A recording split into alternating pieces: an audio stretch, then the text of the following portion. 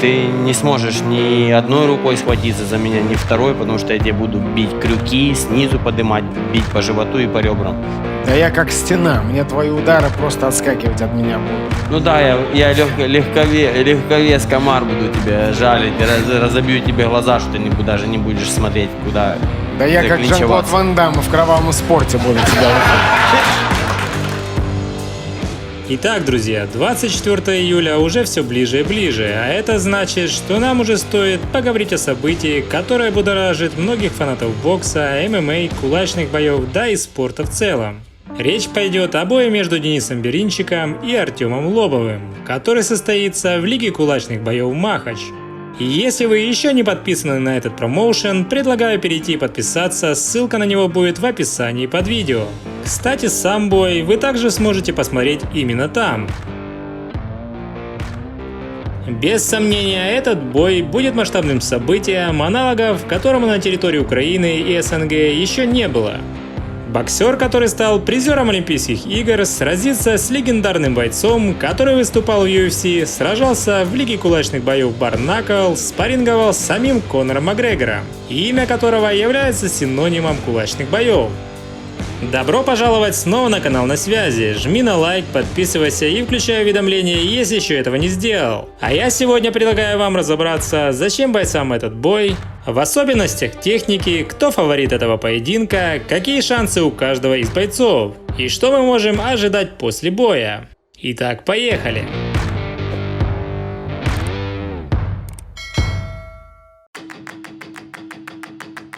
Начнем мы с Дениса Беринчика. Денису 33 года, он родился в городе Краснодоне Луганской области. Боксом начал заниматься в подростковом возрасте. Двухразовый чемпион Украины, серебряный призер чемпионата мира и Олимпийских игр.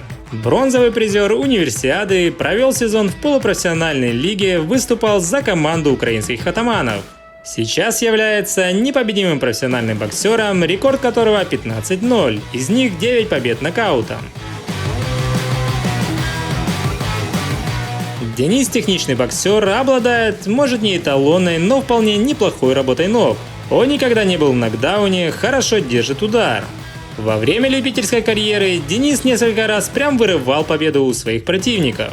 Самый яркий пример – полуфинал на Олимпийских играх в 2012 году. В общем, с характером для кулачных боев у него полный порядок. У Дениса нет разового нокаутирующего удара. Процент досрочных его побед не впечатляет, особенно учитывая уровень его противников. Также к недостаткам Беринчика можно отнести отсутствие или очень вялый прогресс за последние годы. Боец словно замер на одном месте и никак не может вырваться вперед. Беринчик постоянно рассказывает о том, что много дрался на улице и кулачные бои для него не являются чем-то новым. Но можно ли считать, что победить непрофессионального бойца где-то на улице или сразиться с опытным бойцом UFC, который прошел через все это одним и тем же? Не думаю.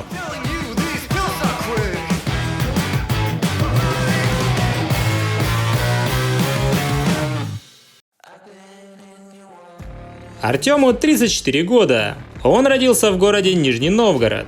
В 14 лет его семья переехала в Аргентину, а затем в Ирландию. Впервые он попробовал себя в единоборствах в 21 год. Провел 30 боев в смешанных единоборствах, в том числе 7 в UFC. Профессиональный рекорд 13 побед, 15 поражений, 1 ничья и 1 бой признан несостоявшимся. В первую очередь это преимущество в габаритах. Рост бойцов примерно одинаковый, у Беринчика 170 см, а у Лобова 175 см. Но вот вес русского ирландца будет на 10 кг больше. Следующим явным преимуществом Лобова будет уже имеющийся опыт выступлений в кулачных боях. Более того, Лобов там одержал победу над самим Полом Малиньяджи. В целом в спорте Лобов не добился и половины того, что добился Беринчик. Но тем не менее, почти все его противники были топовыми бойцами.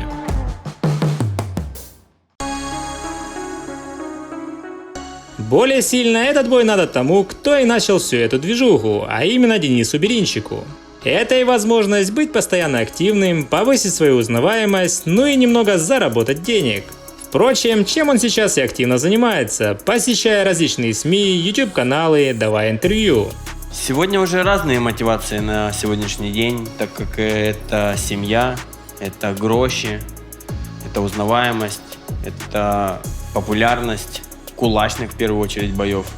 Совсем новая ступенька, почему бы и нет, начать заново все. Не такой уж уже и пенсионный возраст, 33-й год, еще ничего не растеряли. Боец, он стареет только тогда, когда он проводит тяжелые бои. Лобов уже давно занимается кулачными боями, хотя с ММА он полностью не ушел. Он никогда не упускает возможность подраться с топовыми бойцами. Для него главное, как он не раз говорил, не победа, а возможность хорошенько зарубиться и пополнить свой список лучшими из лучших. Это очередное испытание для себя, и бой с Беринчиком – это отличная возможность, на которую он не мог не согласиться. Поединок будет настоящей зарубой. Потому что я бы хотел, чтобы наш поединок зажег интернет, взорвал интернет, чтобы хайлайты потом блистали по всему миру. ММА, боксу, голых кулаках, по всему. Также Артем является представителем Лиги кулачных боев в Украине «Махач», что еще больше поможет в развитии этого крутого промоушена на территории стран СНГ. К слову, стартовал уже 5-й сезон Лиги, где вы можете увидеть зрелищные бои духовитых бойцов из Казахстана против не менее духовитых бойцов из Украины. Многие из бойцов уже стали популярны среди любителей кулачки, и многие ребята благодаря этому промоушену направили свой талант в правильное русло. В общем, промоушен развивается не по-детски. И все благодаря сооснователю Андрею Лимонтову и его команде. Немного увлекся, но продолжаем. На что стоит обратить еще внимание? И это весовая категория. Бой состоится в лимите 64 килограмма. Для Беринчика этот вес назвать новым нельзя. Именно в нем он дрался на Олимпийских играх. А вот для Лобова это будет первое выступление в таком легком весе. До этого Артем дрался в полулегком весе в UFC, лимит которого составлял 66 килограмм. Поэтому боец уже начал потихоньку сгонять вес. Также стоит обратить внимание на отношения между бойцами. И Денис, и Артем относятся друг к другу с большим уважением. Типично частая присущая ненависть между соперниками здесь полностью отсутствует. Прогнозировать кулачные бои очень тяжелое дело. Букмекеры считают фаворитом Дениса Беринчика, ставки на его победу принимаются с коэффициентом 1,6.